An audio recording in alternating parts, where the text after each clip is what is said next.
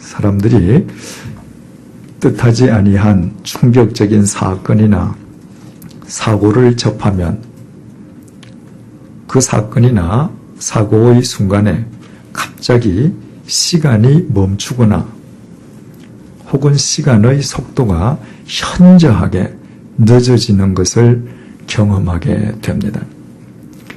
1980년대 초 어느 추운 겨울날 밤이었습니다.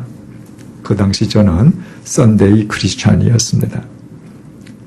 당시 저와 같은 업계에 있던 분과 함께 광화문에 있는 일식집에서 술을 마셨습니다. 그때 술 마시던 그분이 지금 우리 교회 교인이십니다.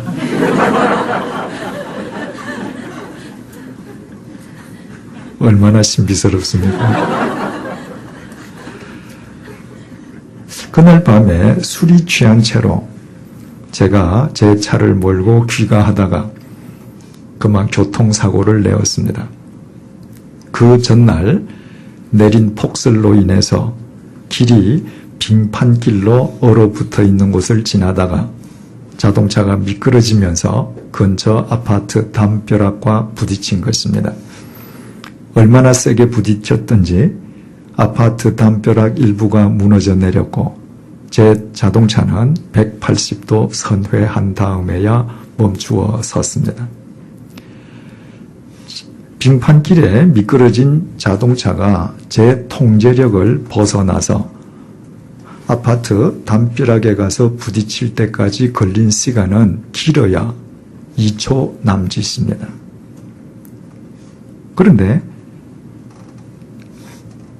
그 2초가 평소 같으면 눈 깜짝할 사이에 지나지 않는 그 2초가 그날 그 사고의 현장에서 얼마나 길게 느껴졌는지 모릅니다. 자동차가 미끄러지기 시작하면서 담벼락에 부딪힐 때까지 마치 세상에서 가장 늦은 슬로우 비디오처럼 담벼락이 천천히 제게 다가왔습니다. 그 담벼락을 보면서 부딪히면 내가 죽을 수도 있겠구나 라는 생각과 함께 지난 세월에 대한 온갖 영상과 상념들이 제 머리를 주마등처럼 스쳐 지나갔습니다. 25년이 지난 오늘 그날 밤을 되돌아보더라도 어떻게 그 짧은 2초 동안에 그 많은 영상과 생각들이 제 머릿속을 스쳐 지나갈 수 있었는지 신비스럽게 여겨지기만 합니다. 본문 속의 사울 역시 마찬가지였을 것입니다. 나는 내가 박해하는 예수라는 주님의 말씀을 듣는 순간 사울의 시간은 멈추어 버리고 말았을 것입니다. 자신에게 임한 그 음성이 예수님의 음성이라고 하는 것은 사울의 일생에서 가장 크나큰 충격이었기 때문입니다. 더욱이 예수님께서 말씀하시기를 나는 내가 박해하는 예수라고 말씀하셨습니다. 사울은 예수님께서 이 땅에 계시는 동안에 단 한 번도 예수님을 직접 만난 적이 없었습니다.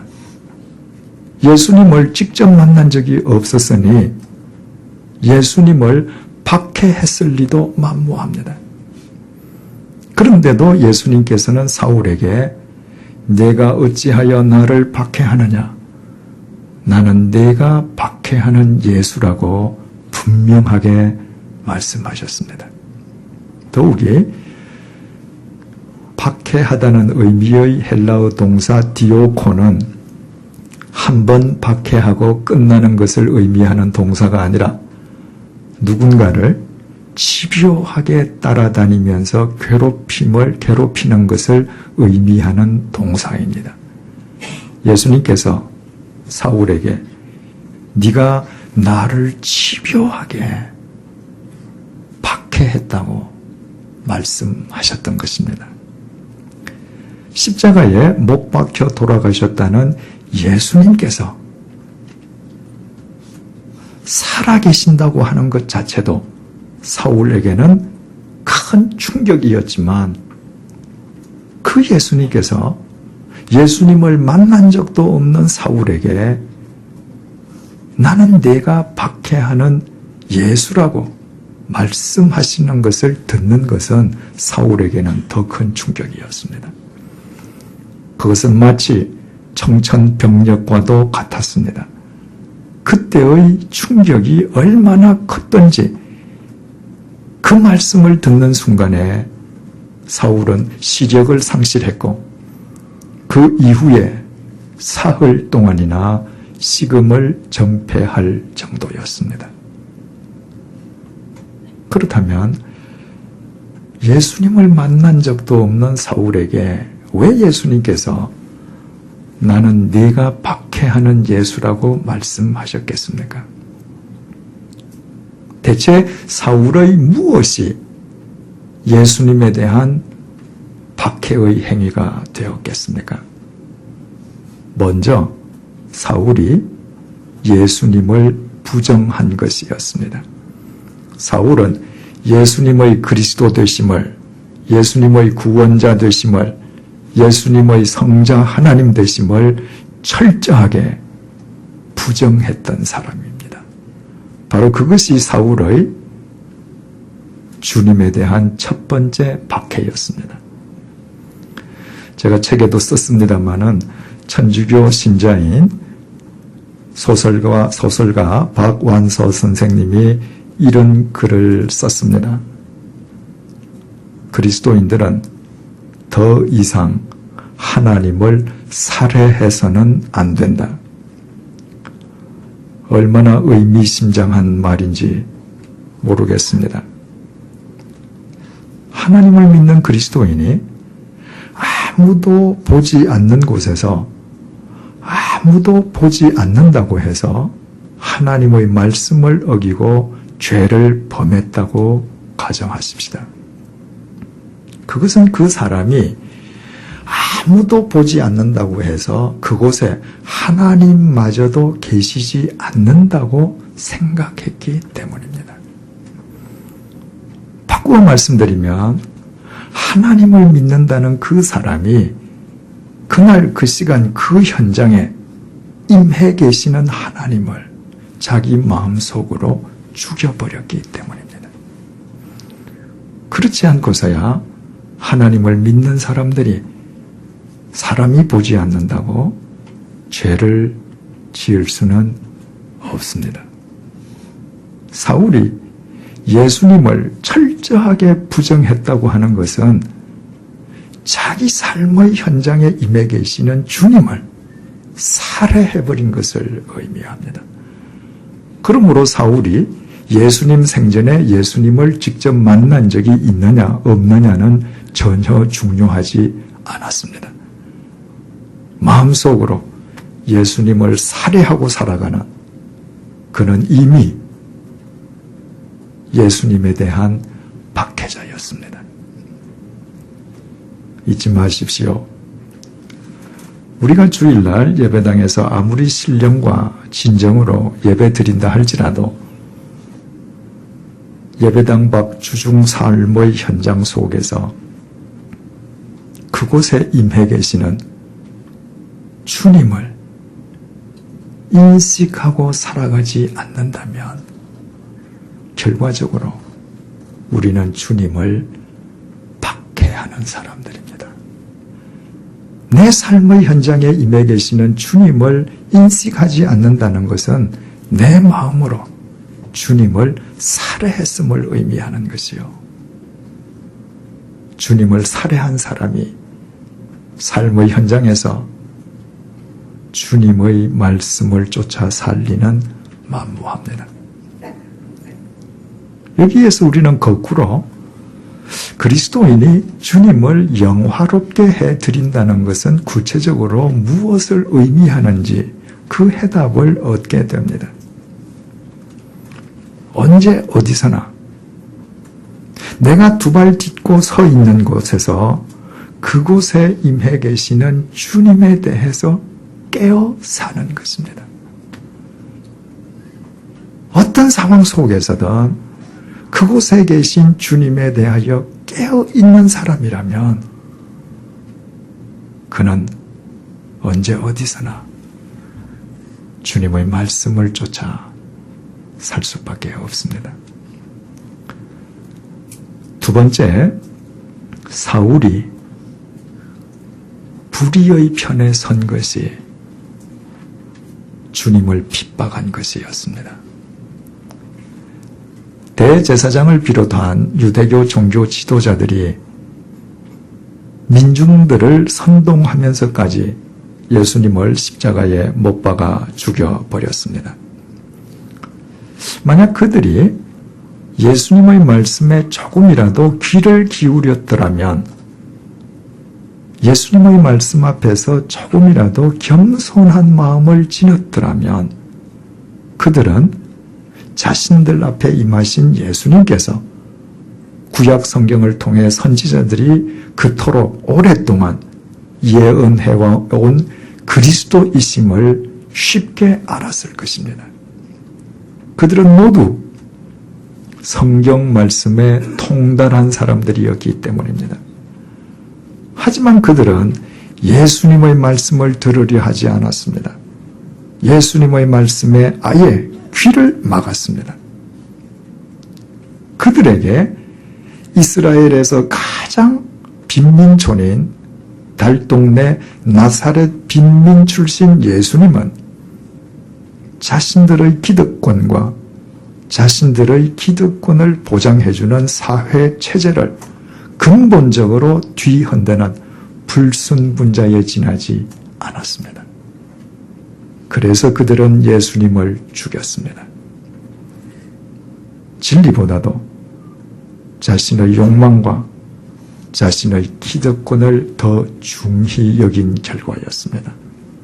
한마디로 그들은 모두 불의한 사람들이었습니다. 불행하게도 사울은 그 불의한 사람들과 한편이었습니다. 불의한 대제사장이 자신의 위임장을 사울에게 맡길 정도로 사울은 불의한 지도자들로부터 신임받는 청년이었습니다. 사울은 그 불의한 지도자들을 위하여 충성을 다 바쳤습니다. 그것이 불의한 그 집단 속에서 자신이 가장 확실하게 출세하고 성공할 수 있는 길이었기 때문입니다. 그러나 사울은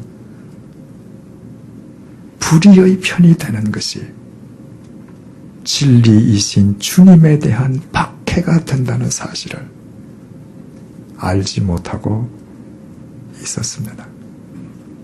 우리가 주일마다 예배당에서 아무리 주님을 위해서 헌신적으로 봉사한다 할지라도 우리의 그릇된 기득권을 지키기 위해서, 우리의 욕구만을 충족시키기 위해서, 보다 더 큰 몫을 차지하기 위해서 불의와 타협하거나 불의한 사람과 야합한다면 우리는 주님을 박해하는 사람들일 수밖에 없습니다. 불의와 야합한다는 것은 진리를 유린하는 것을 의미하고, 그때의 진리는 예수 그리스도이시기 때문입니다. 반대로 현실적으로 내게 아무리 큰 반대 급부가 제시된다 할지라도 그것이 불의와 타협해야 하는 것이라면 과감히 불의의 고리를 끊고 불의와 맞선다면 우리는 정녕 주님을 영화롭게 하는 자들입니다. 불의와 맞서는 우리의 삶을 통해 주님의 진리가 흥왕할 것이기 때문입니다. 세 번째, 사울이 의로운 그리스도인들을 박해한 것이 주님에 대한 박해였습니다. 세상에는 자기 욕망을 위해서 불의와 타협하면서도 적어도 고의적으로는 의롭게 사는 사람을 해치지 않는 사람도 있습니다. 하지만 사울은 불의한 편에 가담하는 것만으로 만족하지 아니하고 의롭게 살아가는 그리스도인들을 박해했습니다. 예루살렘에서 213km나 떨어져 있는 다메섹으로 원정을 가기까지 그는 의로운 사람들을 박해하는 것을 자신의 천직으로 삼았습니다. 사울이 박해했던 의로운 그리스도인들은 주님을 주인으로 모시고 살아가는 사람들이었습니다. 따라서 사울이 그들을 박해했다고 하는 것은 그들의 주인이신 주님을 박해한 것이었습니다. 사람들은 의로운 그리스도인이 되기는 원하기는 하면서도 막상 자기의 삶 속에 정말 의로운 사람이나 자기보다 더 의로운 사람이 들어오는 것은 꺼려합니다. 정말 의로운 사람이 자기 삶 속에 들어오면 자기 삶이 불편해지기 때문입니다. 단지 내가 불편해진다는 이유만으로 내 곁에 있는 의로운 사람을 뒷덜미를 잡거나 그 앞을 가로막고 방해한다면 우리는 그 사람을 박해하는 것이 아니라 주님을 박해하는 사람인 것입니다. 그러나 이 세상의 어떤 도전과 어려움을 무릅쓰고서라도 주님의 의를 쫓아 의로운 길을 스스로 걸어갈 뿐 아니라 의로운 길을 걷는 사람들을 사랑하고 그들과 동행자가 된다면 그는 주님을 영화롭게 해드리는 진정한 그리스도인입니다.